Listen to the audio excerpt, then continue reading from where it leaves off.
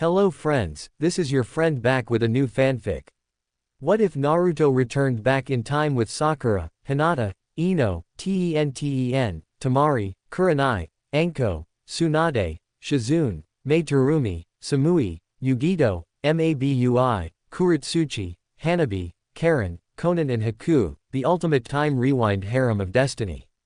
If you like this story, don't forget to like, share, and subscribe, and leave your thoughts in the comments. Now, let's start. Chapter 1. S. Sakura-chan, H. Hinata-chan, Naruto started shakily. He was lying on his back in the middle of a large crater in what used to be a lush forest with Sakura and Hinata at his side. They were all that was left of the allied shinobi forces. Tobi and his army of reincarnated ninja and Zetsu clones had, mere hours ago, overpowered them and wiped most of them out. Naruto, don't talk, save your energy, Sakura said as she concentrated on healing the massive hole in his chest. Said hole was the result of a Chidori attack from Sasuke, whose dead body was lying a few feet away. You have to get out of here, he said meekly while trying to push them away. He'll be here in any second. We're not leaving you, Naruto-kun, Hinata stated as she bandaged his broken leg.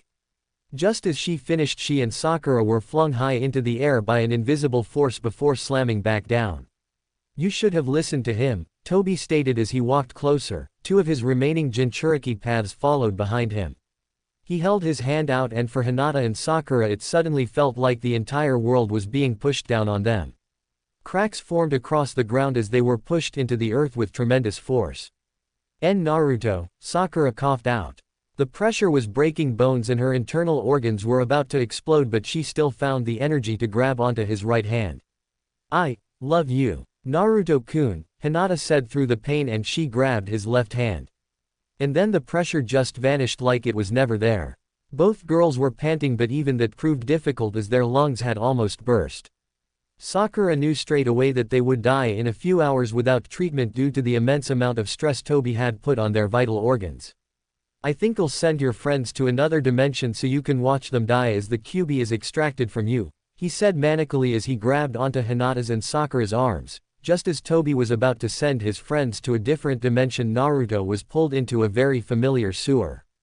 Standing in front of him, well behind a cage, was the QB no Kitsune. What do you want? The blonde asked. I don't want that man to control me again, nor do I want to become part of the Jubi again, the fox stated. I can't stop him. He's going to kill Hinata-chan and Sakura-chan, then rip you out of me.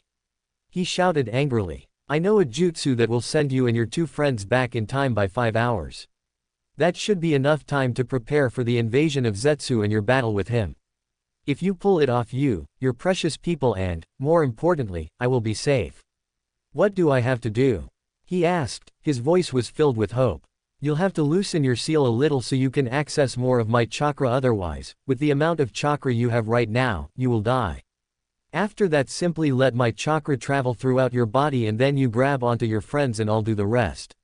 You will wake up 5 hours ago with knowledge of what happened. However, the other two may forget about what happened and won't remember unless you trigger a memory such as reminding the Hyuga of her cousin's death. Alright, I got it, Naruto said as he walked towards the Torii seal. He loosened the seal a bit and a stream of red chakra flowed out towards Naruto. The blonde exited his subconscious and returned to the real world. He instantly grabbed Hinata and Sakura, then yanked them out of Tobi's grasp.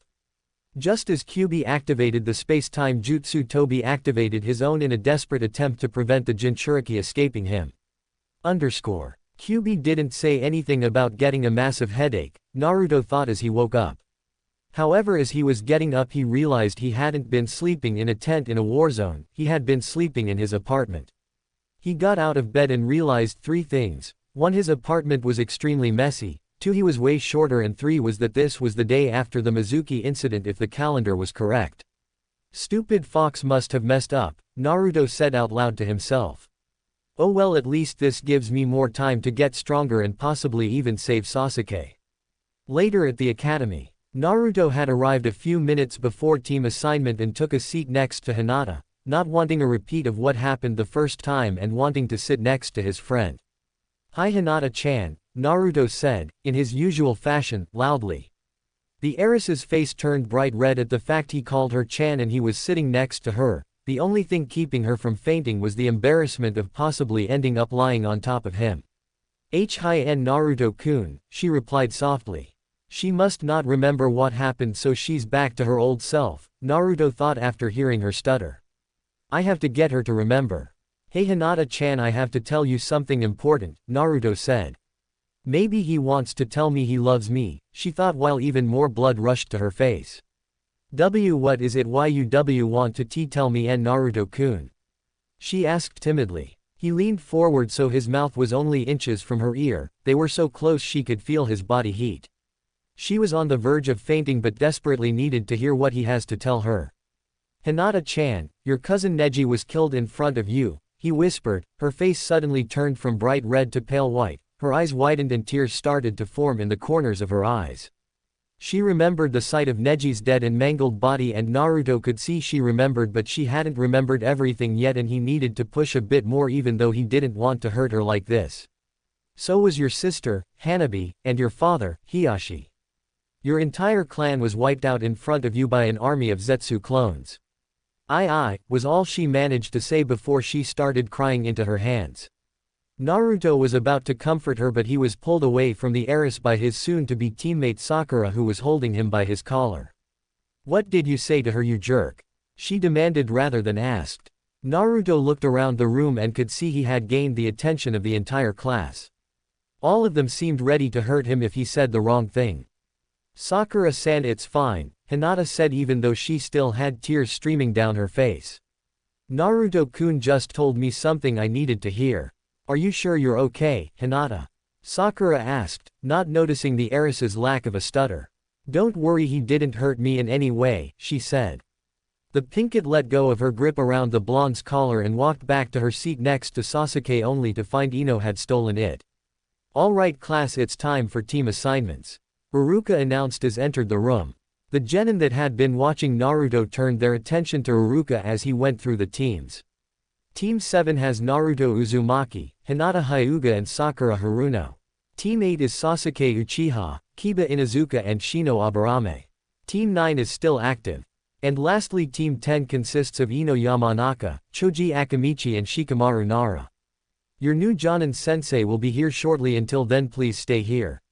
The only thing left to say is congratulations and good luck in your ninja careers. Thank you Iruka sensei, most of the class said as their former teacher exited the classroom. Naruto-kun, how did we go back in time? Hinata asked quietly after every other team had left and Sakura was sitting as far away from them as possible.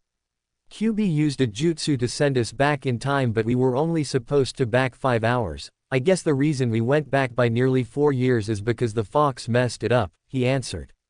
Okay, but how did I end up on the same team as you and Sakura-san?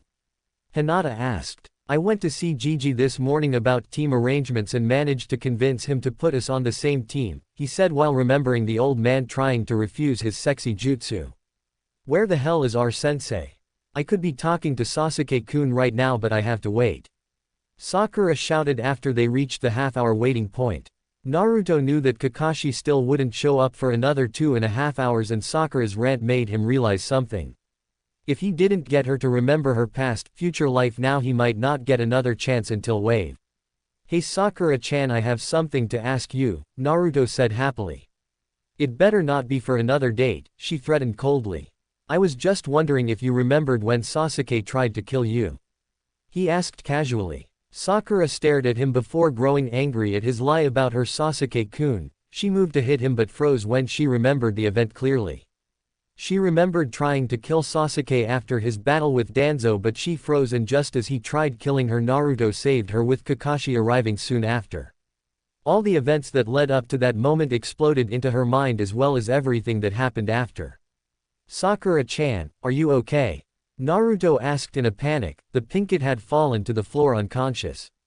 I'm sure she's fine Naruto-kun, it was probably just the strain of all those memories, Hinata said calmly. I'm sure she'll come around soon.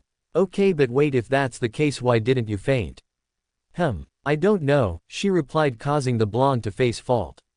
By the way Naruto-kun, why did you put us all on the same team? Well, I thought we could help each other get our strengths back. Plus Sasuke can't learn the Chidori now, so if he decides to leave the village again he'll be easier to capture. That's pretty smart of you, Naruto-kun, Hinata said happily.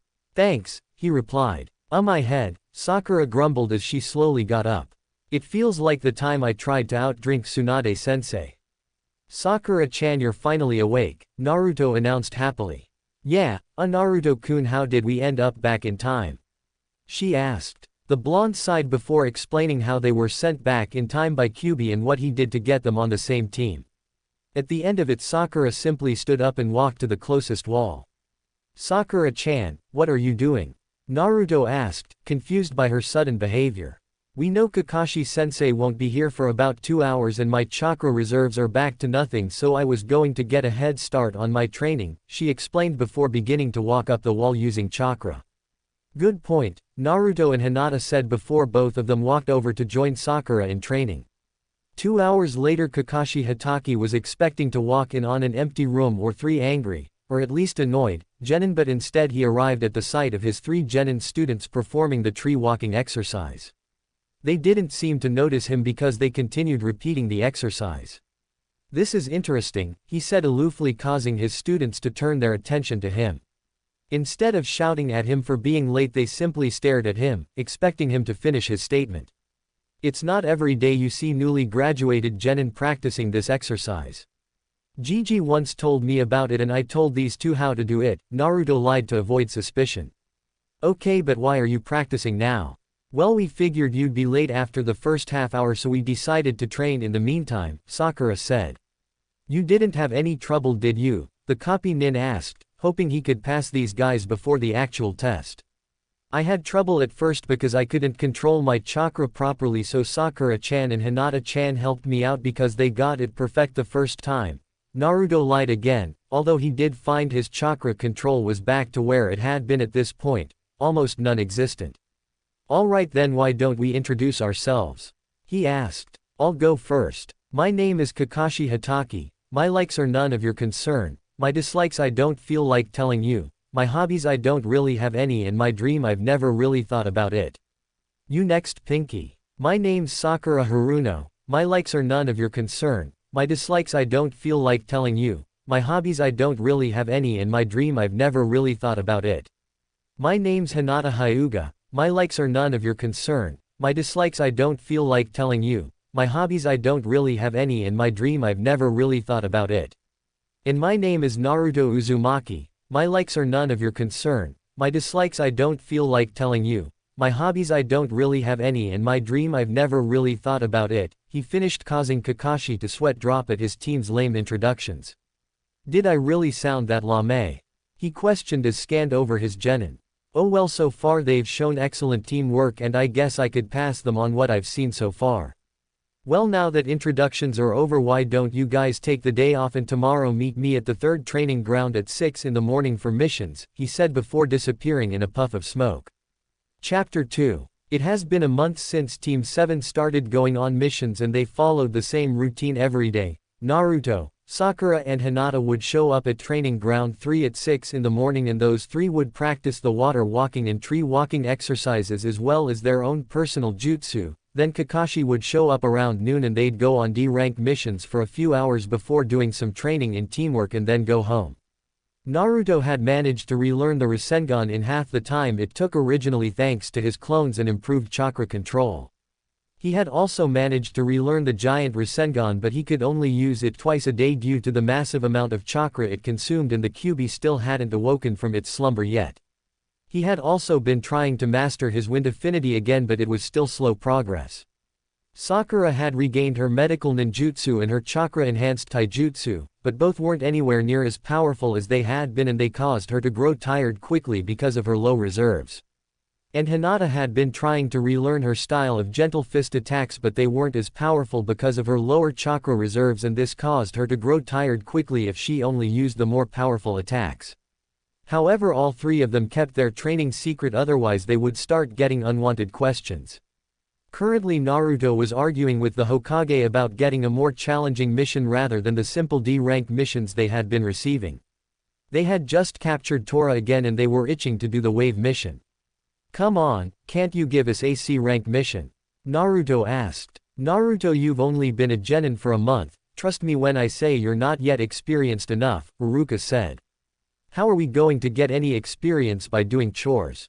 The blonde half shouted, half asked.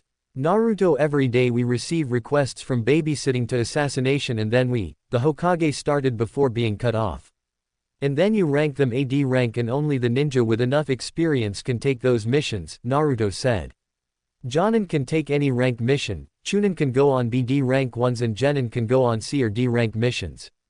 Correct, but only experienced Genin can go on C rank missions, Hiruzen replied. But Lord Hokage, we already have a month of experience, Sakura said. Plus we have nearly 4 years worth of experience on top of that. What about you, Hinata? You've been quiet throughout this entire argument. The old man asked. I think we could handle a C rank mission, she answered. And you, Kakashi? I think we could easily complete a C rank mission, Lord Hokage, the Jonin answered. Alright then, send in the client, Hiruzen said. These brats are supposed to protect me. Tazuna asked skeptically as he walked into the room. Well, what do you expect when you pay for AC rank? Naruto countered. Don't worry, I'm a Jonin, so you'll be safe if these guys can't handle any bandits we come across, which I doubt, Kakashi said to reassure their client. So when are we leaving? Hinata asked. We'll leave in an hour, pack enough things for a month, then meet at the main gate and don't be late. You can't exactly talk about being late, sensei, Sakura stated while heading back to her home to pack. Naruto and Hinata followed while Tazuna was thinking about telling the truth about the perils that they may encounter on the mission. 2 hours later, the group of 4 ninja and 1 bridge builder had been walking for an hour towards the land of waves. Naruto and Sakura were on edge, though they didn't show it, because knew that their encounter with the demon brothers would happen soon, while Hinata was discreetly looking out for the puddle. Kakashi was walking with Tazuna and talking about how the ranking system worked in the ninja world, but did notice that his students were on their toes. He quickly summed it up to this being the first time they were outside of the village and they were being overly cautious. He noticed a puddle up ahead and immediately realized it was a disguise, but he'd have to wait to see who their target was. As the Konoha group passed, Gozu and his twin, Maizu, emerged from the puddle. Maizu threw his brother at the group and the twins managed to ensnare Kakashi in their shuriken chain. Do it! Gozu shouted as he and his twin yanked the chain in opposite directions, slicing the Jonin into pieces. Kakashi-sensei! Hinata shouted out of shock. You're next, Maizu said as he and his brother moved in to finish of Naruto. The blonde ducked underneath the chain and proceeded to sweep the missing nin's legs. Both of them jumped away, but while they were in the air, Hinata threw 3 kunai at their chain, embedding it in a tree behind them. The demon brothers released the chain and charged forwards, one going after Naruto and the other going for Tazuna. As Maizu moved to kill the bridge builder, Sakura moved in front of him, however before he could get in range he was sent flying right after his brother had been thrown into him by the blonde. Don't ever attack Sakura-chan or Hinata-chan again if you value your lives, Naruto stated while glaring at the demon brothers. Let's finish of that brat, Gozu said, but before he could get up to attack he slumped to the floor unconscious, with Maizu soon doing the same. Standing behind them was Kakashi. How are you? Tazuna began to ask before looking over to the shredded pieces of the man in front of him only to see a shredded log. Kakashi-sensei used the replacement jutsu, Naruto clarified. Good work guys, the Jonin praised while tying the 2 chunin to a tree. I'm glad your teamwork is as good as it is, or I'd have had to step in sooner. These guys use poison in their clawed gauntlets, so have any of you gotten scratched? Nope, Sakura said after examining herself.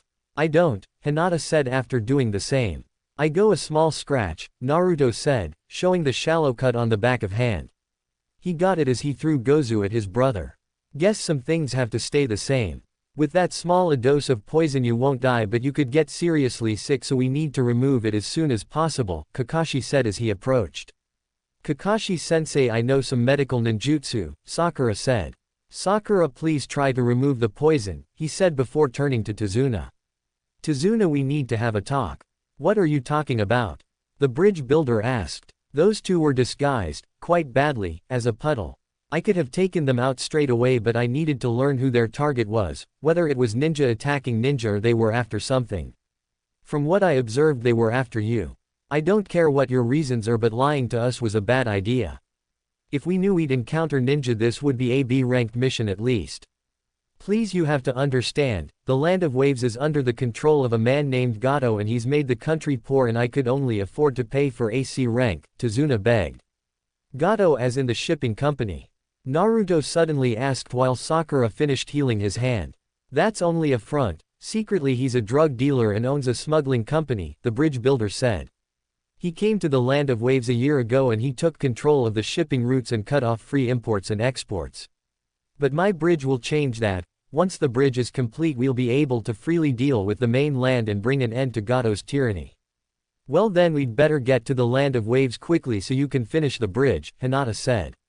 Hinata's right, instead of waiting around here we should get moving, Sakura exclaimed. I wouldn't be able to live with myself if I didn't help people so desperate. Naruto shouted. Looks like a unanimous decision, Kakashi said with an eye smile. Thank you, Tazuna said with tears streaming down his face. Come on, you can't go soft on us, old man, Naruto said while smiling. We'll leave these two here for someone to pick up, Kakashi said while glancing at the unconscious forms of the demon brothers. Alright, let's go, Naruto shouted before the group continued their journey to the Land of Waves. Unknown location. What do you mean they were defeated? A short businessman shouted at a shirtless man with a giant sword.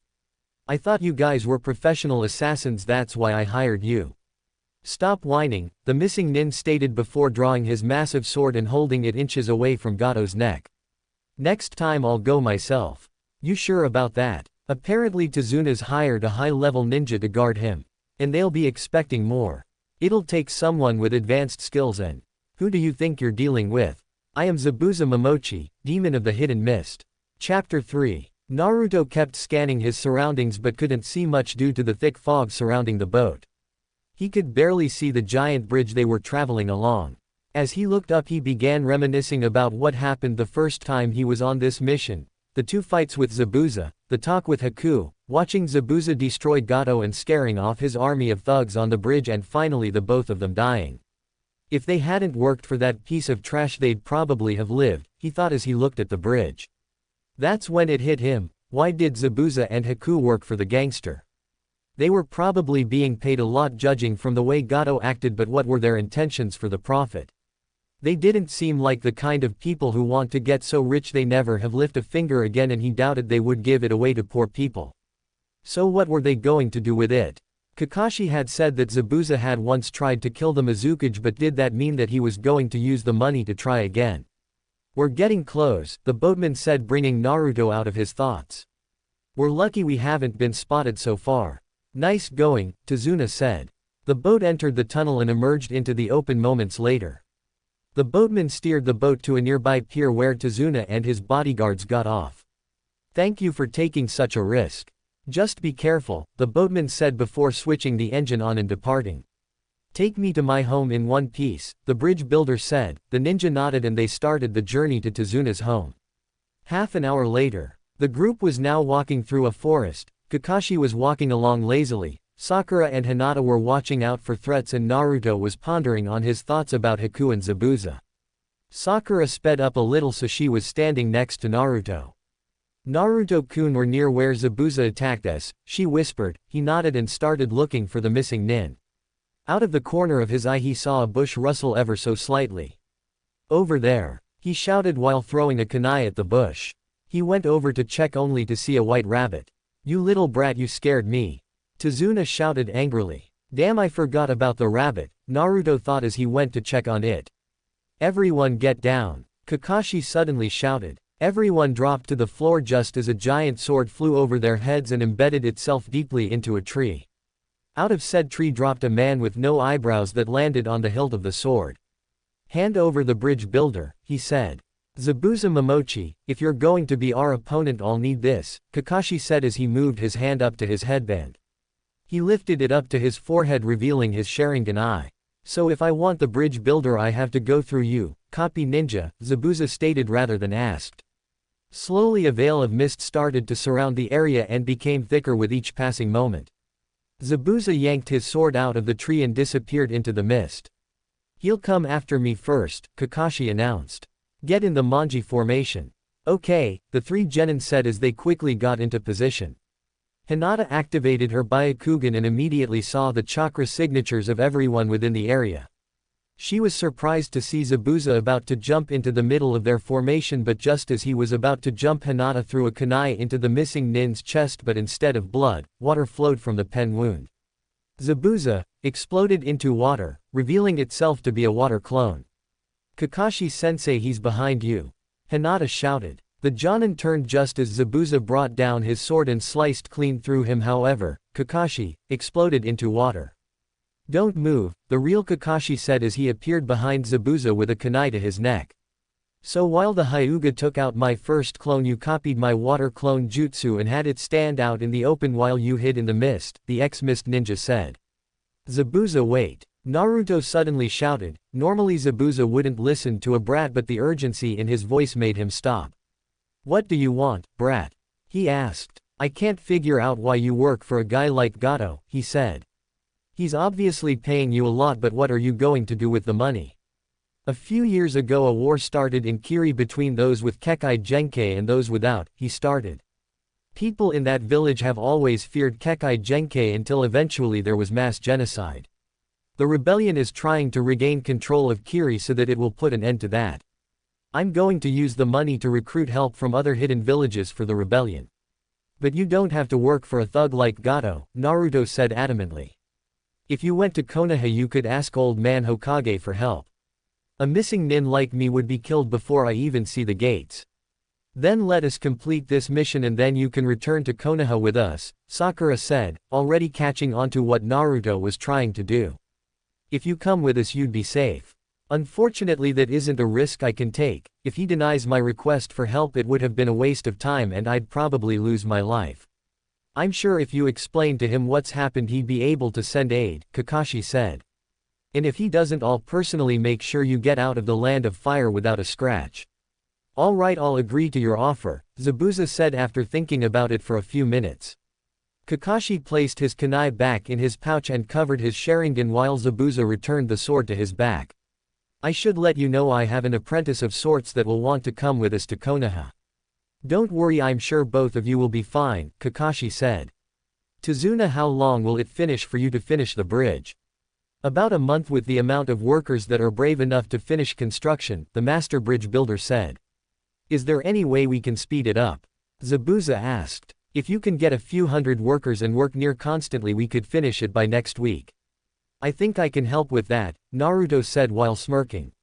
What's so special about you, brat? I thought you'd say that, multi-shadow clone jutsu. The blonde shouted. The area was suddenly filled with hundreds of blondes wearing orange. Does that answer your question? Impressive, Tazuna stated with wide eyes while Zabuza did the same. Naruto dispelled the clones and turned to his sensei. If you're done showing off, Kakashi said before turning to the mist nin. Zabuza, you said you had an apprentice, where are they exactly? Haku, come out here now, the eyebrow-less man commanded. In a swirl of leaves a person dressed in tracker nin clothes appeared. Haku, we are going to help protect these Konoha nin for the remainder of their mission and then we will go to Konoha to plead for aid in the bloodline war. Understood, the now identified Haku said with a young, feminine voice. Judging from their voice and body she's a girl around Naruto's age, Kakashi thought. Hey, are there going to be any more people after me? Tazuna asked, cutting off Kakashi's thoughts. Gato hired me and a small army of thugs, but they shouldn't be any trouble, Zabuza answered. I'd say with me and Kakashi protecting you you're safe as Gato's money.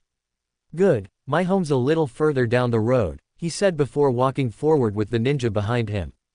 Upon arriving at Tazuna's house the ninja were introduced to his daughter, Tsunami, and his grandson, Inari. Tazuna, Kakashi and Zabuza started making plans for the bridge while Tsunami and Haku went to buy food in the local town and Naruto, Sakura and Hinata went into the woods to train. Naruto-kun, me and Hinata have been talking recently, Sakura suddenly said after about 2 hours of training. About what? Naruto asked. About our relationship with you, Hinata said with a slight blush on her face. Since she confessed to him during Pain's attack she blushed and stuttered a lot less around the blonde. We both want to date you but we don't want to hurt each other, so we decided that, if you want to, you could date both of us. But wouldn't that be weird for you guys? Naruto asked. Well, after everything we've been through together, we didn't think something like sharing you would be so difficult, Sakura said. And besides, I once heard Tsunade-sensei say you would have to take part in the clan restoration act because you were the last person to carry Namikaze, Uzumaki and, after herself, Senju blood. But I don't know if she was serious or not because she had been drinking like a fish for 5 hours before she said that. Well, I'm okay with it as long as you girls are as well, Naruto replied while smiling. After that, Hinata gave him a deep kiss and then Sakura did the same. I think we should head back now. Chapter 4. What took you guys so long to get back? Kakashi asked his students as they entered the house. I hope you weren't doing anything you'd find in my Ika. Shut up, we were just training like we do when we're waiting for you to show up. Sakura shouted while Naruto and Hinata were in the background with bright red faces. If you say so, Kakashi said before turning back to his book with a perverted giggle. Food's ready, Tsunami called from the kitchen. Kakashi put his book away and entered the kitchen with his students to see Tazuna, Zabuza and Haku already seated while Tsunami was setting out dishes. Sakura sat at the end of the table with Naruto to her right and Hinata between Naruto and Haku. So what training did you guys do out in the woods? Kakashi asked. I was practicing the gentle fist, Hinata said. I was sparring against Sakura-chan, Naruto-kun, Naruto and Sakura said at the same time. What were the conditions? Zabuza asked. All out and taijutsu only, the blonde said. A bit boring, isn't it?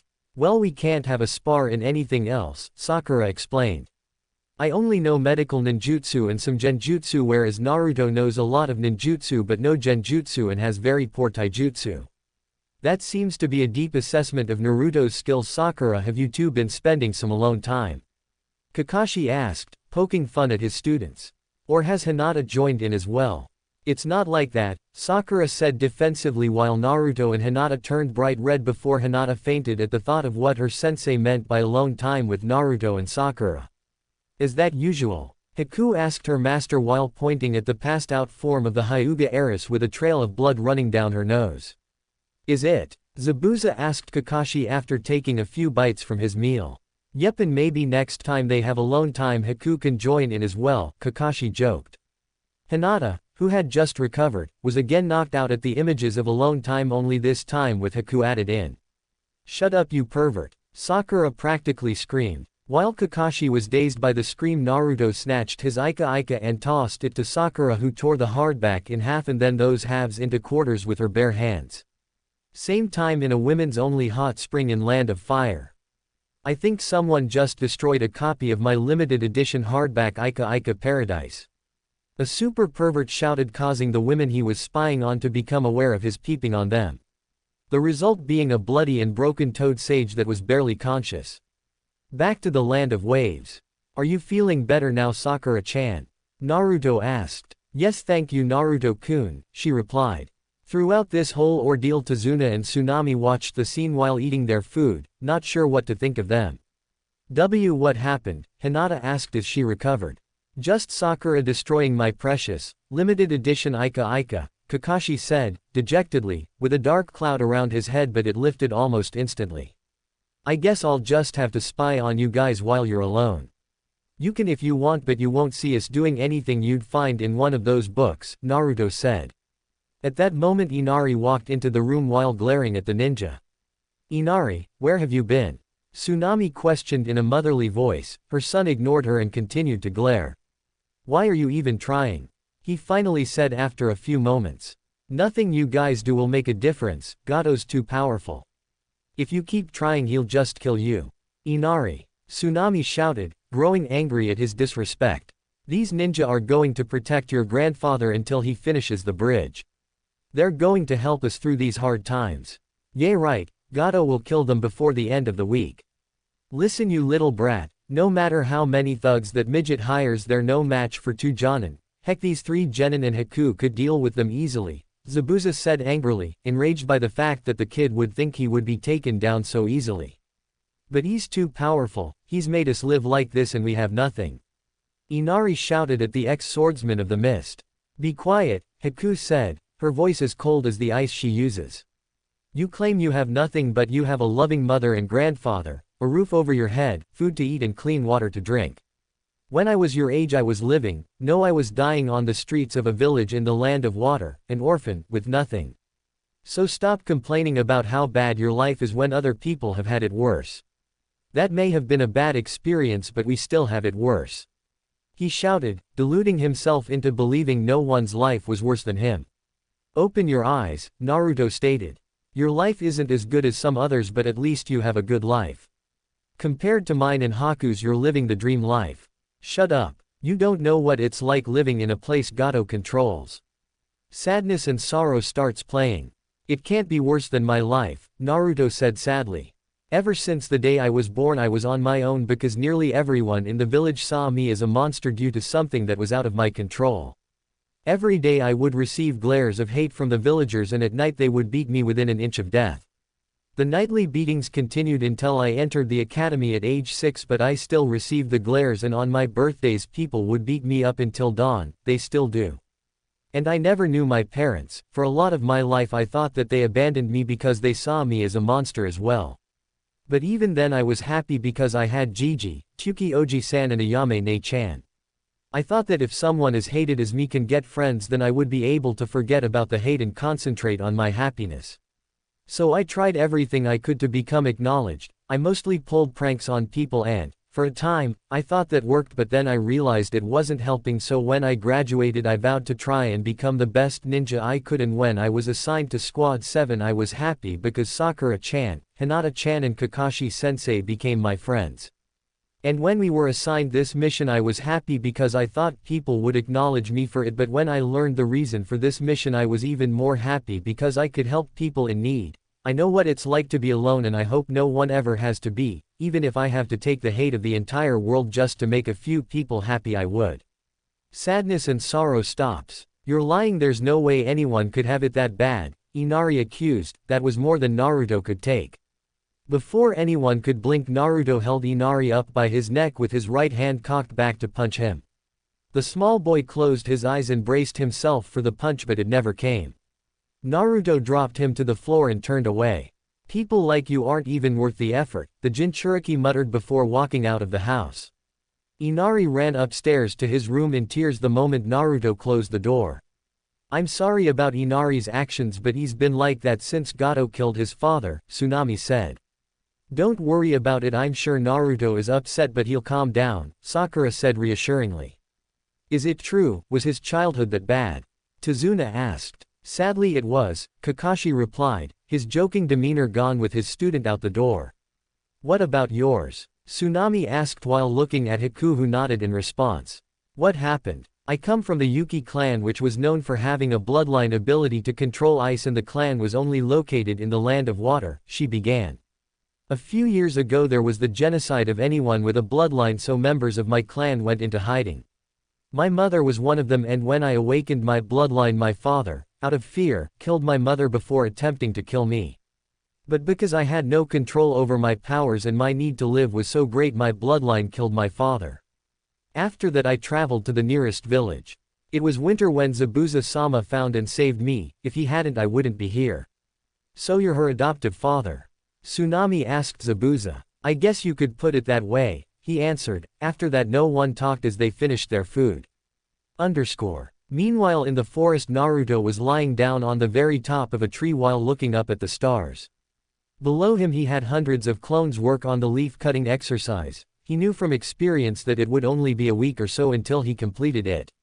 Other than the occasional groan of annoyance from his clones the night air was completely silent. As he was staring at the stars he began to reminisce about his friends in the future, how Kakashi and Guy had died taking down 3 of Toba's Jinchuriki paths and the rest of the Konoha 11, except Sakura and Hinata, with Sai helped destroy one of the others before Sasuke killed them. In his rage about the loss of his friends Naruto blindly attacked Sasuke who used Susanoo to guard against his attacks. Eventually Sasuke used Chidori to break Naruto's leg and while he was down used Chidori to pierce his chest but he got close enough for Naruto to use Rasengan on the last Uchiha's heart. The last thing he saw before Sasuke died was his eternal Mangekyo Sharingan eyes. Maybe Sasuke won't reawaken his Sharingan because he's not on this mission, Naruto thought.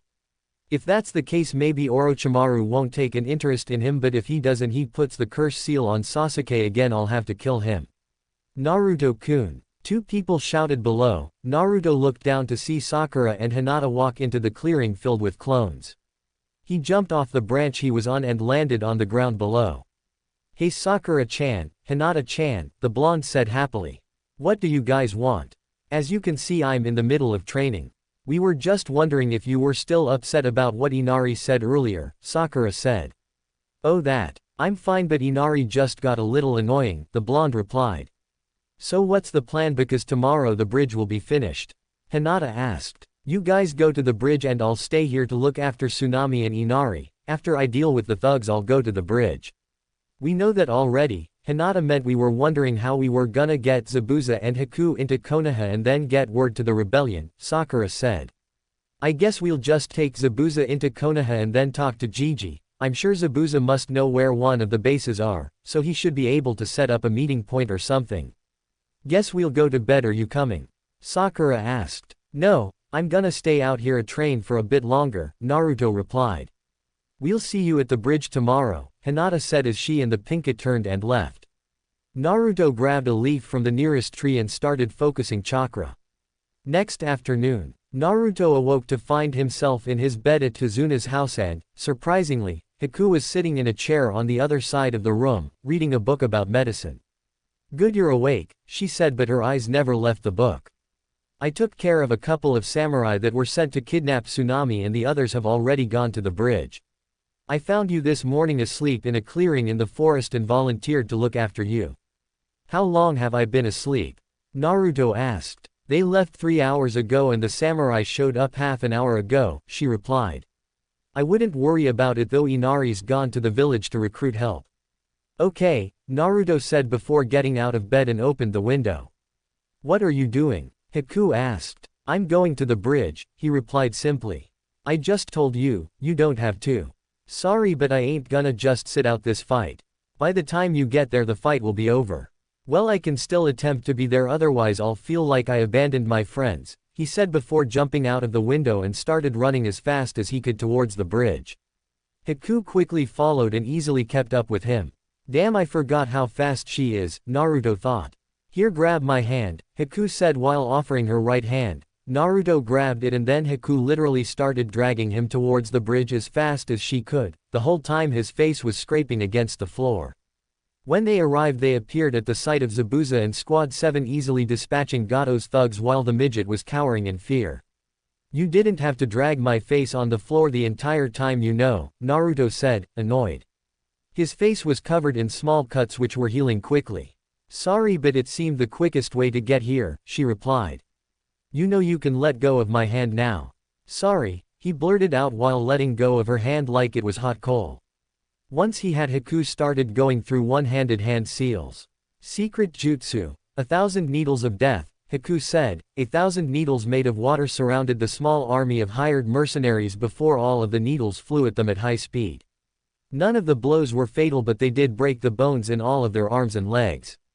Shadow clone jutsu. Naruto shouted and 100 clones of the Jinchuriki appeared. All of them drew kunai and charged at the defenseless men. Naruto quickly killed all of them before turning to Gato, his eyes void of emotion. He took one step forward and the gangster started making offers. Wait, I can give you money or power or land or women, anything you want, just don't kill me, he said. Well, there is one thing, the blonde said, causing everyone, except Sakura and Hinata, on the bridge to be shocked at him accepting. What is it you want? The gangster asked. To answer his question, Naruto threw a kunai at him that stabbed his left lung. Gato looked down at the kunai covered in his blood and realized there was something on the handle. Boom, Naruto said. The resulting explosion sent pieces of body everywhere. Naruto turned to look at the shocked faces of everyone. You didn't seriously think I'd let that guy live, do you? Not for a second, Naruto-kun, Sakura and Hinata said before both of them walked up to him and both of them kissed him. Anyway, let's clean up this mess, Kakashi said while pointing to the dead bodies. And then we can finish the bridge. Of course, Kakashi-sensei, Naruto said before the clones he still hadn't dispelled started grabbing the bodies and throwing them over the side of the bridge, but had one of them go tell the village that Gato would no longer be a problem. As he was doing this, Zabuza, Haku and Kakashi used water jutsu to wash the blood away while Hinata and Sakura started to help Tazuna and his workers on the bridge. 6 hours later, the bridge was finished before the end of the day, and in honor of the ninja that helped them they named it the Great Naruto Bridge. Squad 7 with Zabuza and Haku were now walking through Konoha towards the Hokage Tower to talk with Hiruzen. After explaining the situation to the guards, Zabuza was temporarily allowed inside Konoha and, unless the Hokage said otherwise, he was to be killed on sight the next day. "Hey Gigi, we completed the mission," Naruto exclaimed as he entered the room. "Nice to see you back, Naruto-kun," the old man said, his old eyes then turned to the ex-swordsman. "You must be Zabuza Momochi." "Yes, Lord Hokage," he said respectfully. "Kakashi sent me a message about why you're here, and I must ask, who is your leader, and is it possible for them to come here for a discussion?" "My leader is a woman named Mai Terumi, and I can send a message to her directly and have a reply in a day or so," Zabuza replied.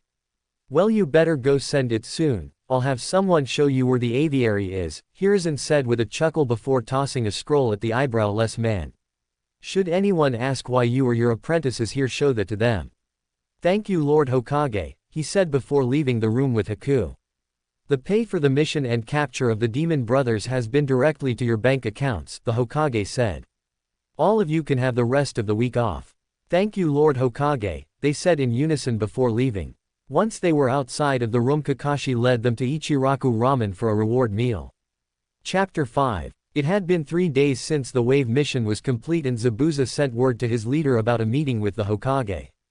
The reply had returned the same day, albeit a few hours later, saying that she would arrive in 2 days with 2 bodyguards.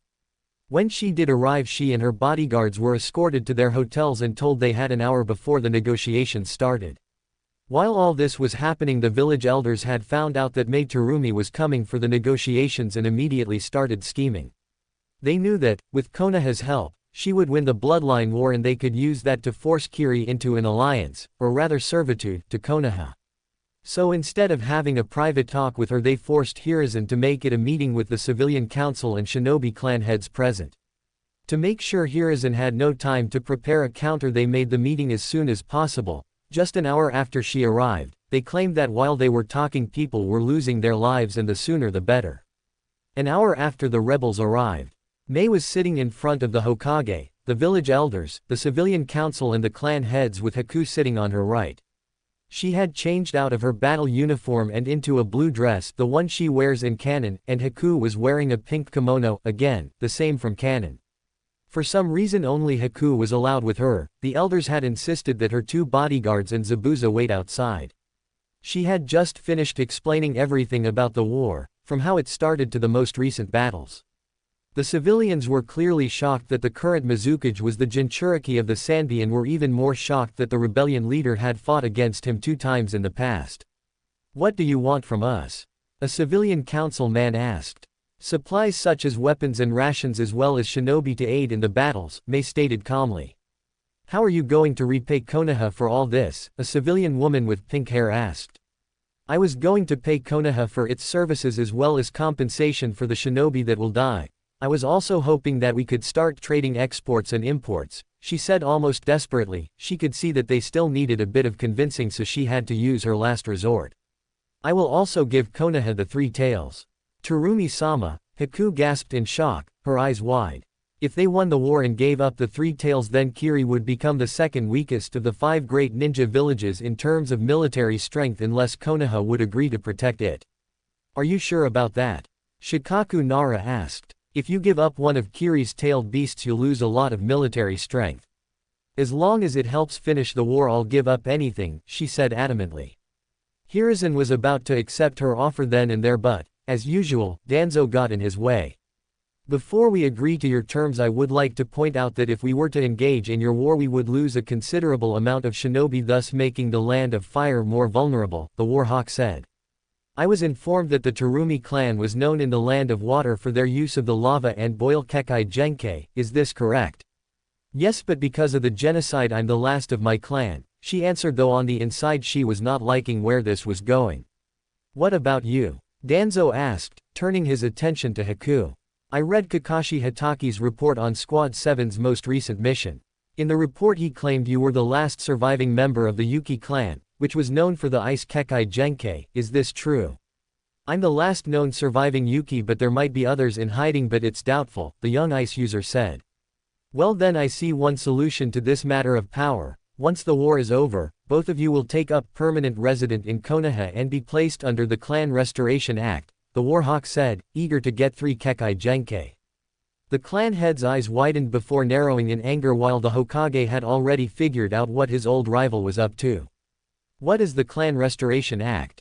Haku asked, but she had an idea already.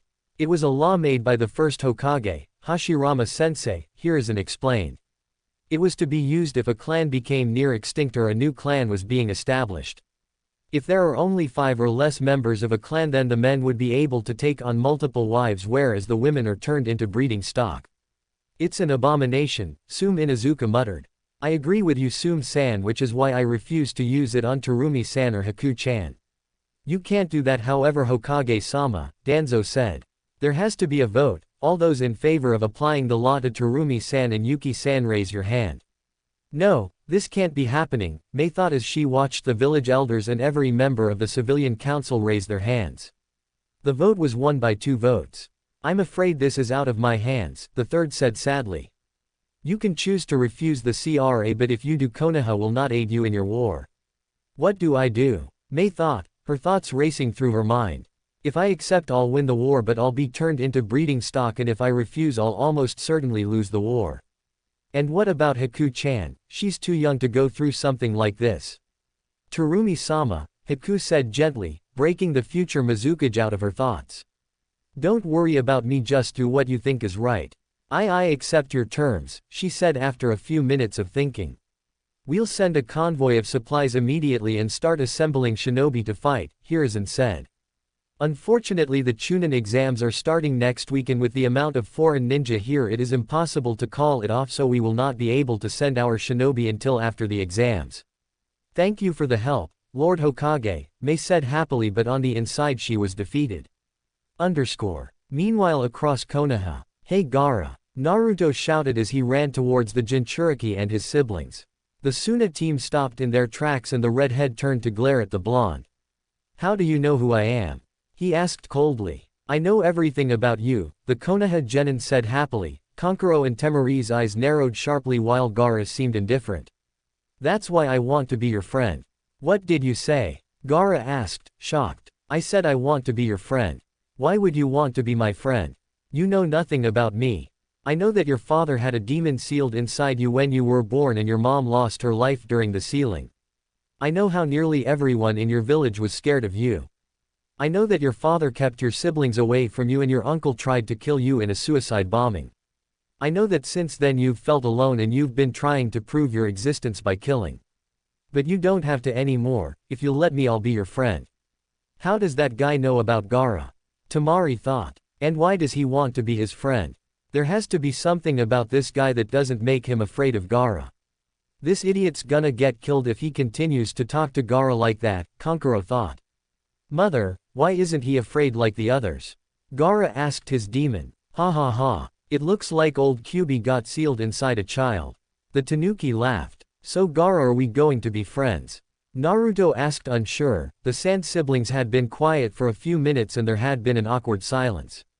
I'd like that, the redhead replied while smirking, much to the surprise of his brother and sister. But first, what's your name?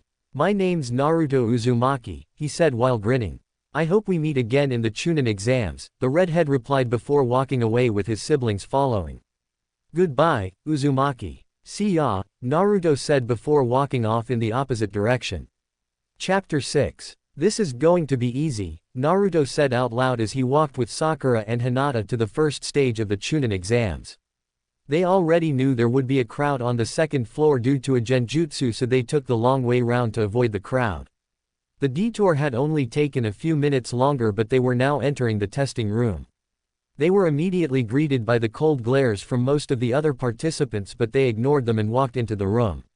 I'm surprised to see you here, Billboard Brow, a certain Yamanaka heiress said as she walked towards Team 7. I could say the same to you, Ino Pig, Sakura countered. Whatever, did you see Sasuke-kun on your way here? Ino asked. No, but why would you be interested in that jerk? The pinkett asked, surprising the female blonde. Did something happen between you and Sasuke-kun? No, I just lost interest with someone who ignores me and treats me coldly, Sakura explained. Besides, I've got a boyfriend now.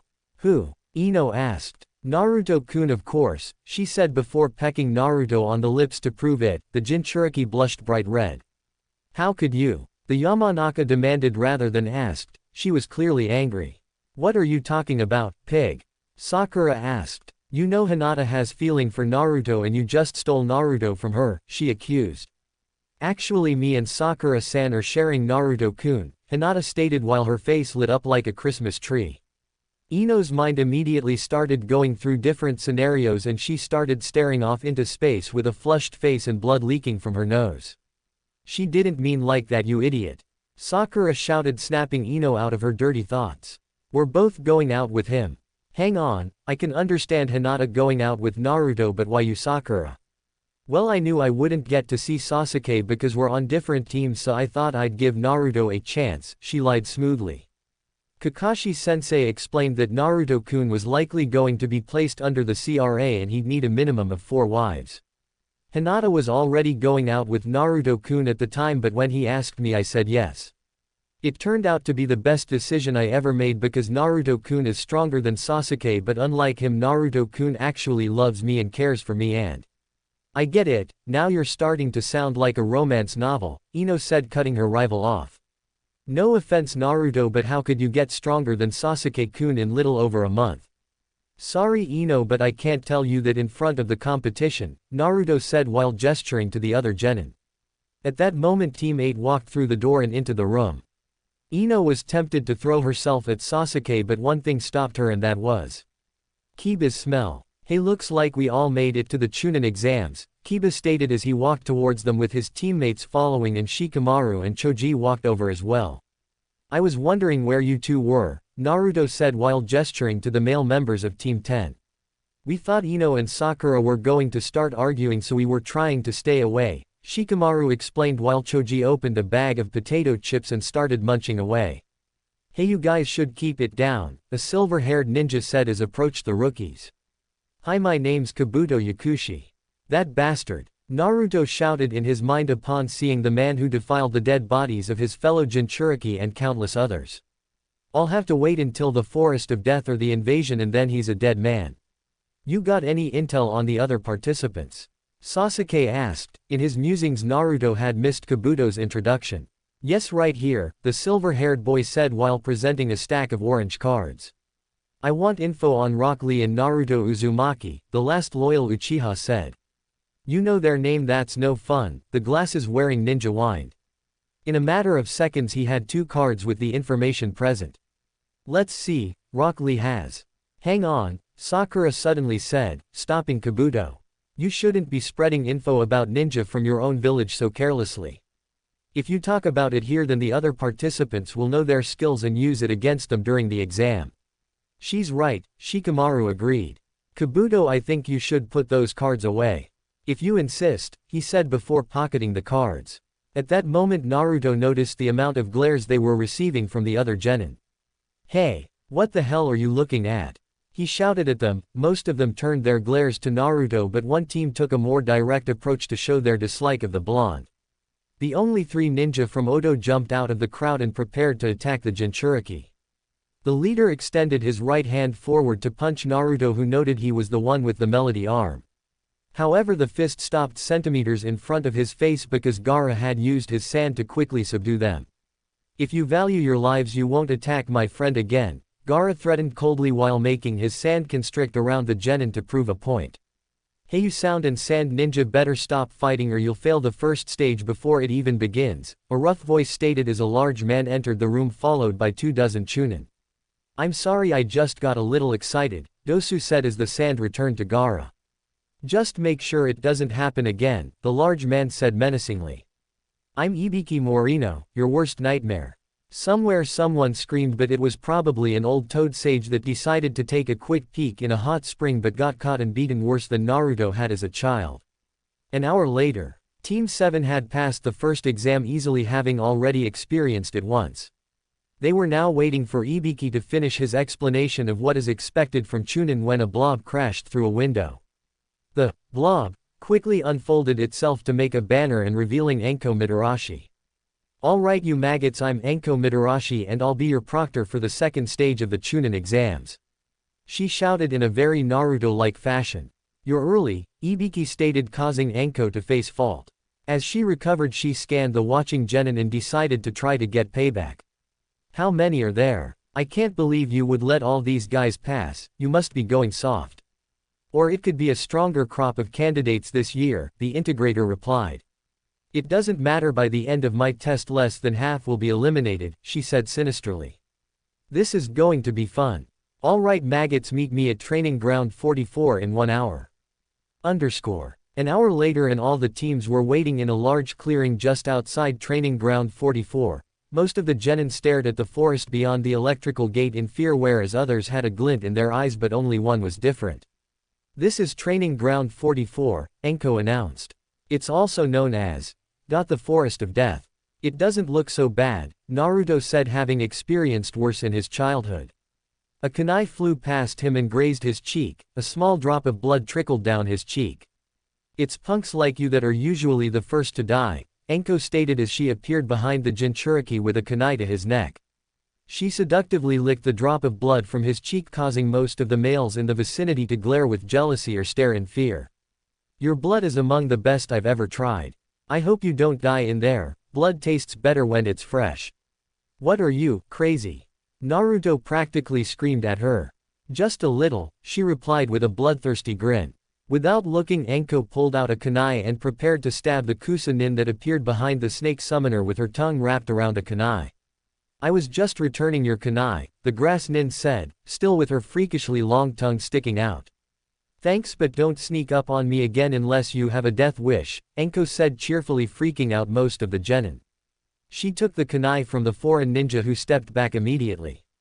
The ex-pupil of Orochimaru then returned her attention to the blonde Jinchuriki. "You have something to say?" "Yeah, when can we start the second stage?" Naruto asked, not intimidated. "Well, since you asked so nicely," Enko said. She took the kunai away from his neck and returned it to her weapons pouch before starting her explanation of the second stage. After she was finished, waivers were handed out amongst the genin that they had to sign in order to take the exam. The teams then exchanged the waivers for a heaven-earth scroll and told which gate to go to. At exactly 3 p.m. the gates opened and the teams entered the Forest of Death, eager to start the second stage. Chapter 7. 2 hours into the second stage, Naruto, Sakura and Hinata were currently searching the forest for Team 8. Why? Because they knew Orochimaru would try to plant the curse seal on Sasuke soon and they had to stop that from happening at all costs. Hinata had her Byakugan activated and was looking out for the Uchiha, while Naruto and Sakura tried to remember where the battle between the genin and Sannin would take place. "Sasuke's up ahead," Hinata reported as soon as Sasuke came into range of her Byakugan. "He's fighting Orochimaru with Kiba and Akamaru, but Shino seems injured." "What's wrong?" Sakura asked. "I think he has a broken leg." "What's the plan?" Naruto asked his girlfriends. "Me and Hinata will get Shino out of there while you help Dogboy and Sasuke," Sakura said. At that moment they landed on a tree just out of view from where the battle was taking place. Sakura and Hinata immediately leapt down to get Shino while Naruto watched the battle between Orochimaru and Sasuke and Kiba. He was surprised to see that Sasuke wasn't using any of his fire-style ninjutsu but was instead distracting the snake with genjutsu, while Kiba with Akamaru tried to attack using his clan's jutsu.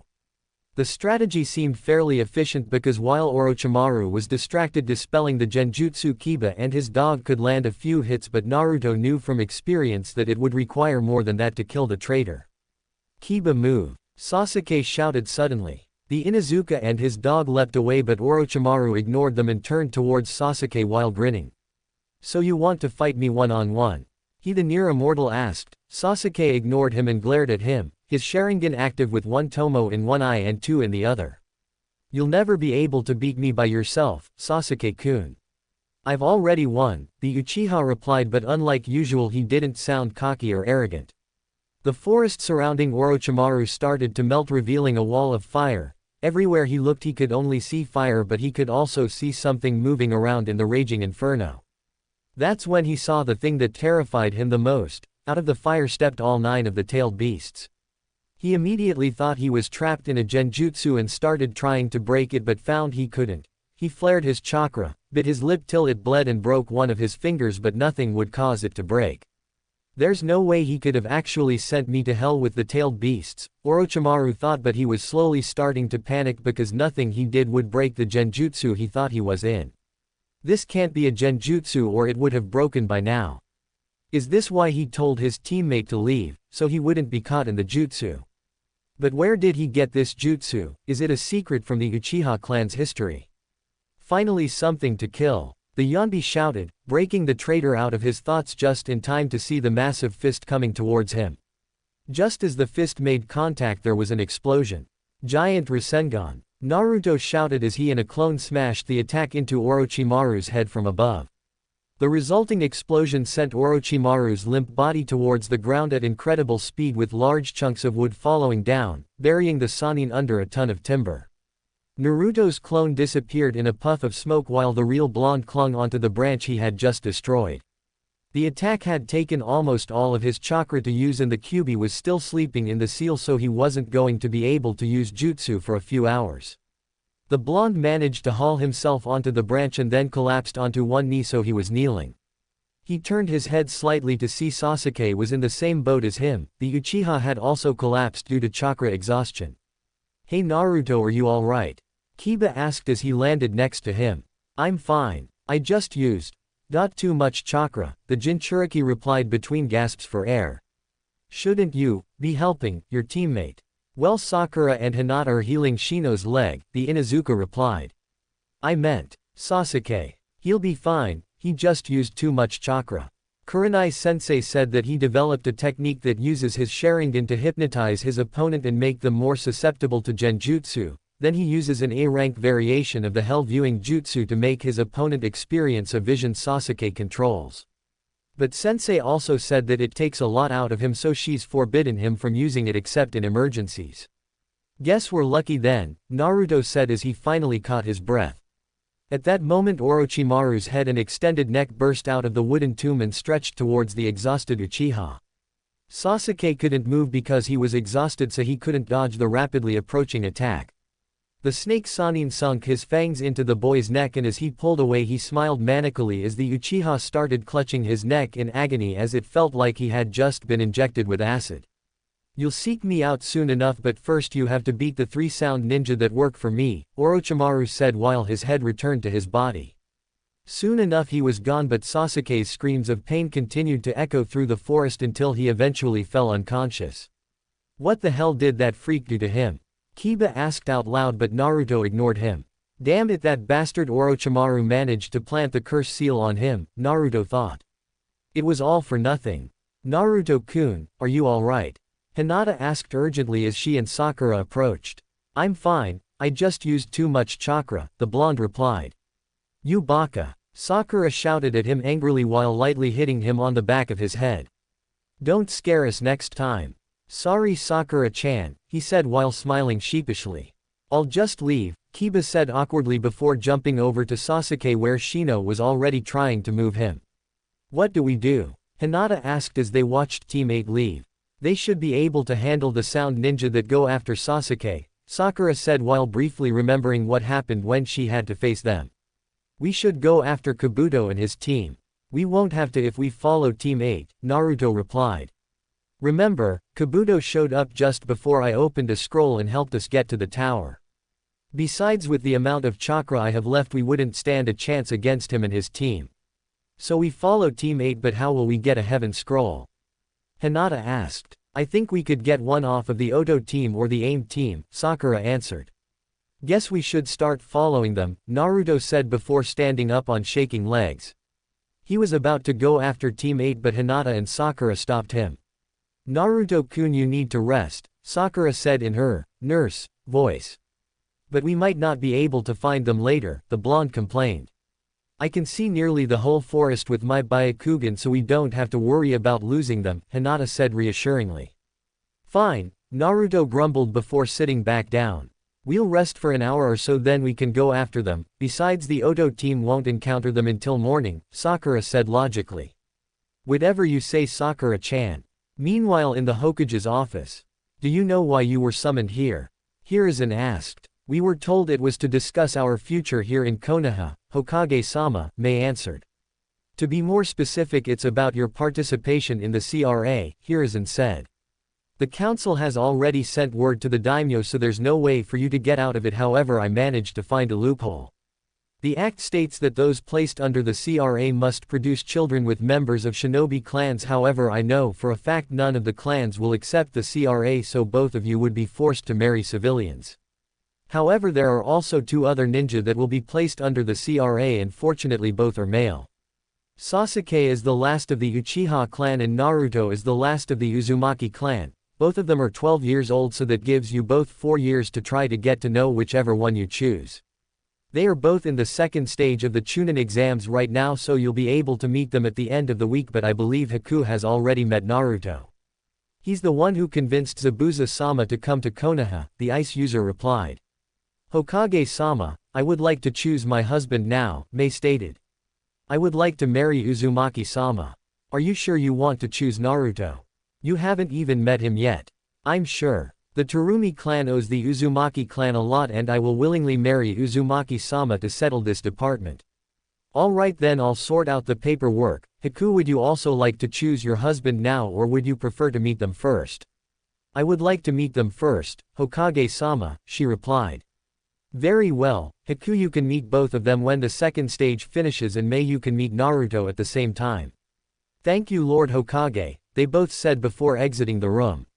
Chapter 8. Team 7 walked through the entrance to the tower in the exact center of the Forest of Death. They had stalked Team 8 for the past few days, from watching them take care of Team Dosu to meeting Kabuto and dealing with the Rain Ninja. They already knew what to do, so they took out a heaven and an earth scroll and opened them on the floor before quickly backing away. In a large plume of smoke, Uruka appeared, smiling proudly at the genin. Congratulations. You 3 have passed the second stage of the Chunin exams, he declared happily while adding in his mind. With only seconds to spare. After the greetings were over, the Chunin instructor led his former students to the main room. The same teams as last time were here, with the only difference being that Zaku's arms weren't broken this time. Things went the same as the first time. The Hokage gave a speech. They were told they had to participate in semi-finals before the third exam. Kabuto forfeited, and the first match was Sasuke vs Yoroi. The fight was the same as before, with Sasuke finishing his opponent with Lion's Barrage. The board then went through names again before stopping on Choji and Masumi. The fight was short and quick. Masumi tried to strangle the Akamichi by wrapping his body around the boy, however Choji simply used the human boulder jutsu and flattened him. The next match was between Kiba with Akamaru and Neji. The fight consisted of them both using their clan's styles of nintaijutsu and trying to overpower the other. Neji won by using his Byakugan to block or evade the Inuzuka's attacks and then counter. The following match pitted Zaku against Shikamaru, however the Nara gave up, saying he knew he couldn't beat the Oto ninja. Next were Shino and Dosu. The match lasted a while, but Dosu eventually won by using his melody arm to disorient the Aburame and his insects before they could sap away all his chakra. Sakura was against Ino like last time, but, unlike last time, she didn't fall for Ino's trick. She made sure to stay far away from the blonde's cut hair and then delivered a punch to her face, knocking the Yamanaka out cold. Hinata was then faced against Kankuro. For most of the match she was winning, but she was hit by one of Crow's poison needles. She continued to fight, but eventually the poison caused her to collapse, however Kankuro gave her the antidote after he was declared the winner. Gaara and Lee were facing each other next, and the fight went the same as before, except that Gaara didn't crush Lee's arm or leg, he simply kept him immobile until Lee conceded defeat. This left his siblings and sensei shocked that he would simply let such a strong opponent walk away. Tamari was forced to shake of her shock at her brother's actions when she was called to fight Tenten. The match was the same as the first time, with Tamari easily overpowering the weapon specialist. The final match was between Naruto and Kin. The Oto Kunoichi tried to use her Senbon and Genjutsu to win, but Naruto defeated her by creating an army of shadow clones. After he was declared the winner, the Hokage gave another speech and explained how the third stage would work. They were then given numbers to determine who their opponents would be. The matches were between Naruto and Neji, Gaara and Zaku, Temari and Sakura, Kankuro and Dosu, and finally Sasuke and Choji. They were given a month to prepare and then most of the genin left with their sensei, but the Hokage had asked Naruto to stay behind. "What do you want, old man?" the blonde asked curiously. "I have some important matters to discuss with you about your future," he said with a smile on his face, but Naruto could have sworn he could detect a perverse undertone in the Hokage's voice. At the meeting discussing Konoha aiding Terumi-san in the war in Kiri, it was revealed her and Haku are the last of their clans. Danzo managed to force them to move to Konoha and they are both being placed under the CRA. I'll explain the details later, but I managed to find a loophole, but it would mean that they'd have to marry you or Sasuke. Terumi-san wants you to marry her and Haku wants to meet Sasuke first. But the crucial thing I want you to understand is that if Sasuke and you refuse to take either of them as wives, then they'll be used as breeding stock. Don't worry, old man, I'll happily accept Mei-chan as my wife and Haku as well if Sasuke says no. I also want you to remember something very important. The CRA states you have to have a minimum of 4 wives, however it doesn't say what the maximum is, understand? He's worse than pervy sage, Naruto thought with a sweat drop at his grandfather figure. I understand. Good, cause you're living every man's dream, so take advantage of it. XXX 2 hours later at training ground 3XXX. Hey Kakashi-sensei, can you train me for the final stage of the Chunin exams? Naruto asked. Sorry Naruto, but I'm training Sakura. If you want I can find a replacement. Nah, I'll just find someone myself, the blonde said before walking away. He walked around for a while trying to find someone who could train him. He knew he could just go find Jiraiya at the hot springs, but he didn't feel like getting pushed over a cliff just yet. As he was walking he spotted Zabuza walking around with someone he remembered as Chojuro. Hey Zabuza, Naruto shouted as he ran up to the swordsman. What do you want, brat? He asked. Zabuza-senpai, you shouldn't talk to Mei-sama's future husband like that, the younger Kirinin said. Grow some backbone, Chojuro, Zabuza stated before returning his attention to the Jinchuriki. So what do you want? I was wondering if you could train me for the exams. Naruto asked, his eyes filled with hope. No, he stated bluntly. Why not, Zabuza-senpai? You've got nothing else to do, the glasses-wearing ninja said. I will never teach that brat as long as he wears that orange jumpsuit. Until he dresses like a shinobi I won't teach him as a shinobi. So if I wear something else you'll teach me? Yes. Meet me back here in an hour, Naruto said before running off to find the nearest clothing store. XXX meanwhile with Haku XXX. The heiress of the Yuki clan walked through the hospital with the Hokage. She was going to meet her possible future husband. As she was walking she was thinking about what she had heard about him. Sakura and Hinata had claimed that he was handsome, but he was as emotional as a cube of ice and equally as cold. While most council members said his emotional state was just a phase and she would be better off marrying Sasuke instead of Naruto. However, Haku didn't believe in judging people from other people's opinions, which is why she was going to meet him so she could decide for herself. Would you like me to wait outside? Hiruzen asked as they stood outside the room where he was resting. Yes please Hokage-sama, she replied. She opened the door and walked inside to see the Uchiha getting out of the bed. What do you want? He asked rudely. I'm from Kiri and I'm in the CRA like you and you're one of my choices as a husband, so I wanted to meet you before I made my decision. You're wasting my time, why would I want a weakling like you as my wife? Sasuke asked coldly, surprising Haku. Konoha is the strongest of the 5 major villages whereas Kiri is 4th, so why would I want someone from your nation, especially you? You're the last of your clan because the rest got wiped out, so that must mean your clan was weak. My clan was not weak, Haku stated angrily. And what about you? You're the only surviving member of the Uchiha clan whereas all the other clans here are growing. The Uchiha must have been weaker than the rest of the clans in this village if they were wiped out. Shut up, Sasuke shouted. In an instant he appeared in front of Haku and was about to punch her in the face, but she caught his fist. You were right, I was wasting my time on you, she said before letting go of his hand and walking out of the room. Chapter 9. Naruto was walking through the streets of Konoha after buying his new clothes which he kept in his bag. The shop had overcharged the already expensive clothes, but thanks to the mission fee and bonus he got from the wave mission he was able to afford them.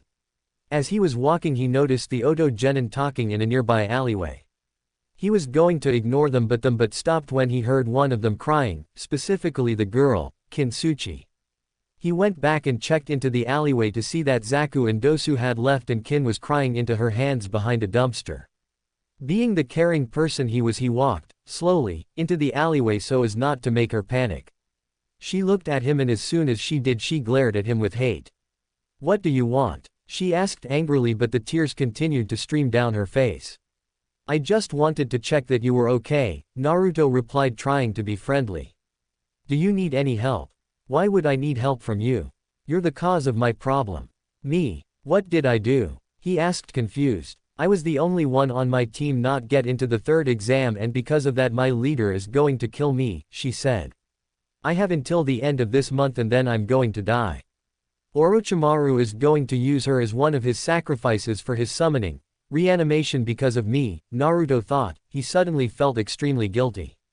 "I'm sorry," he said simply, but he caught her off guard. "If I knew what would have happened to you I would have given up." Just don't lie." "But it's the truth, Why?" she asked, cutting him off. "Why would you give up your chance of becoming Chunin to save me? We're not from the same village and I don't know you. You have no reason to.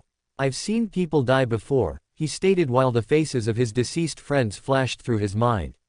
"I know how it affects their relatives and their friends. You must have someone close to you and if I let you die that person would come after me for revenge but then my village would protect me and then your village would retaliate until finally war breaks out and even more people die. It would become a never-ending cycle of hate and I'd do anything to prevent that happening." Kin was left speechless at his words. She didn't know how he knew something like that but the way he said it made it seem like he'd experienced it already. And when she looked into his eyes she realized that he held the pain of losing people precious to him. "I guess I'll just leave," she said, her voice filled with sadness. She turned around and started to walk away. "Wait," Naruto said gently. She turned and looked at him expectantly. "If your leader is going to kill you why not leave Oto? I've got 2 friends back there and if I leave they'll be devastated." "They can't leave either, one of them is devoted to our leader and the other is one of our leader's 5 elite bodyguards.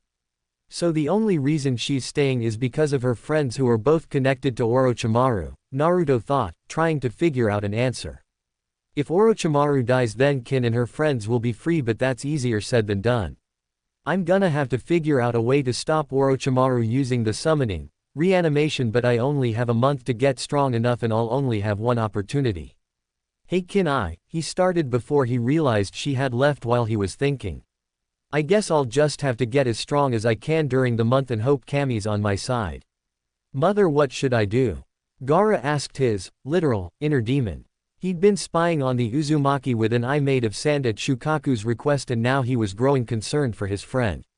Chapter 10. A month had passed since the preliminaries and now 9 of the 10 finalists stood in the arena. The only one missing was Naruto but no one had seen him, Zabuza or Chojuro since the day the preliminaries ended. The spectators were talking amongst themselves and some were making bets on who they thought would win.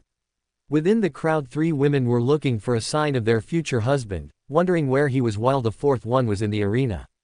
"Where is he?" Sakura thought. She was beginning to get nervous. After the first Chunin exam Naruto had told her about his mishaps with Konohamaru and a stampede but she doubted the same thing would happen now. He was probably training and lost track of time. "What's wrong, are you worried for your loser of a boyfriend?"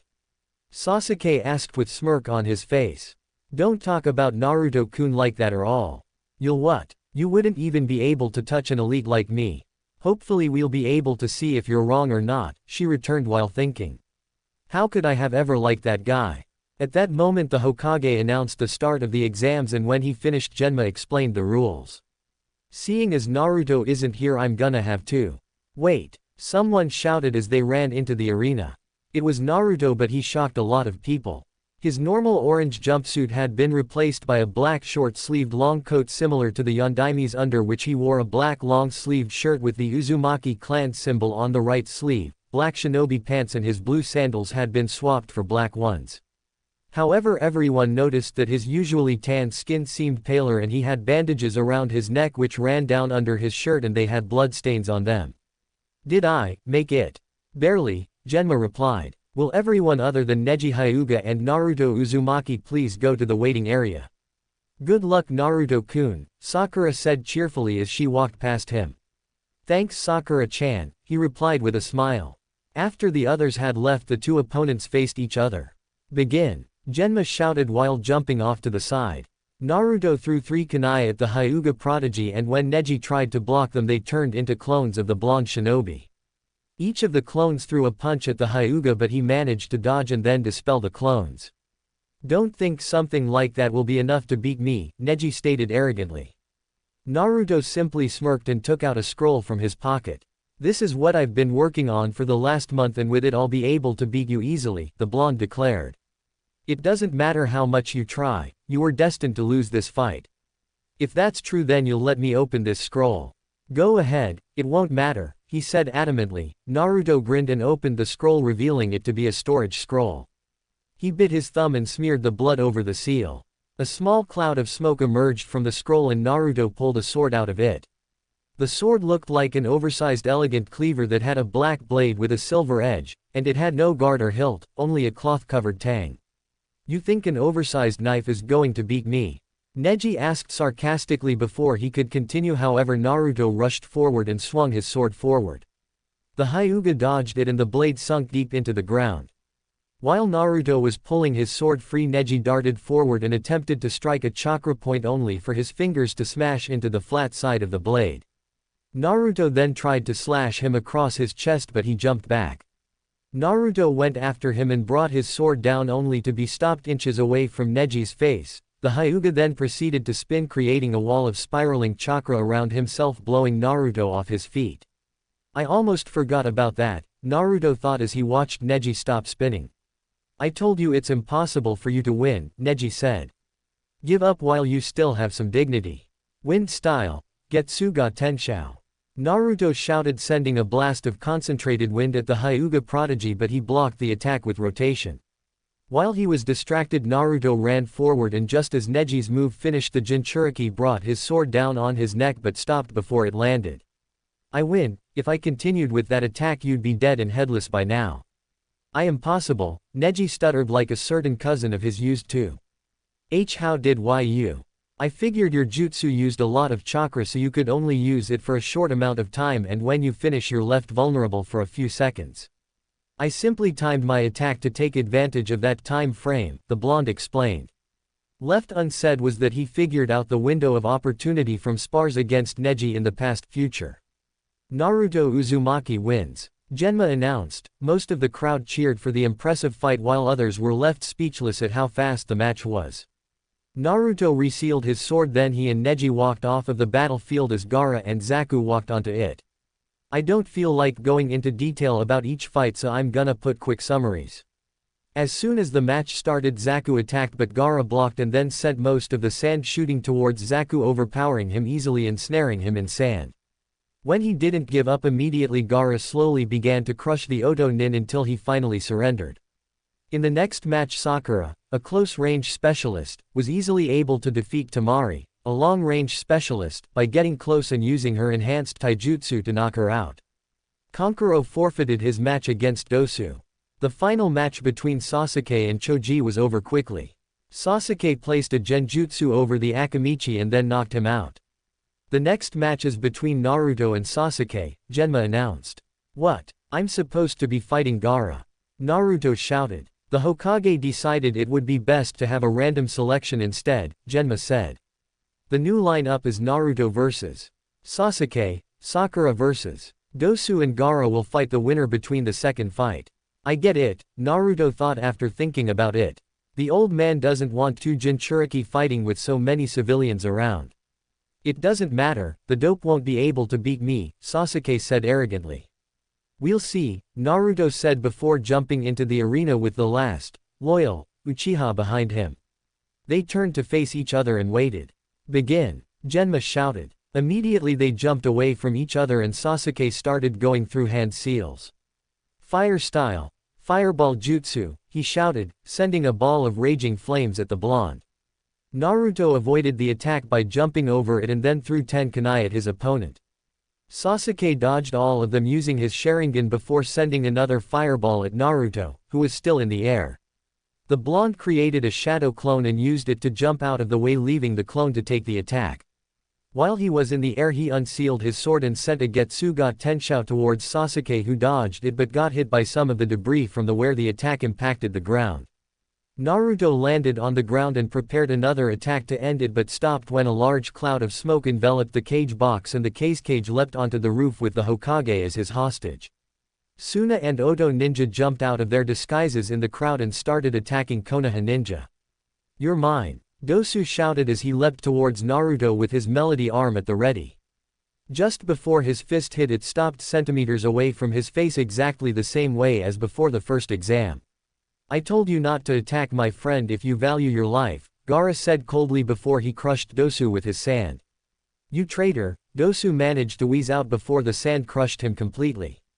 "Gaara, what are you doing?" Temari asked in surprise. "I'm helping Uzumaki, that's what friends are for after all," he replied. "If you try to stop me, I'll kill you." I don't have a problem with it," Temari and Kankuro both said nervously. "Hey Gaara, you think you could help me save the old man?" Naruto asked while gesturing to the cage box. "Sure," the Sunanin said while sand poured out of his gourd and accumulated under their feet. The timeline has changed, and destiny won't be the same again. If you enjoyed this, like, share, and subscribe to Fox Fan Fiction. Comment below, which kunoichi changes the future the most.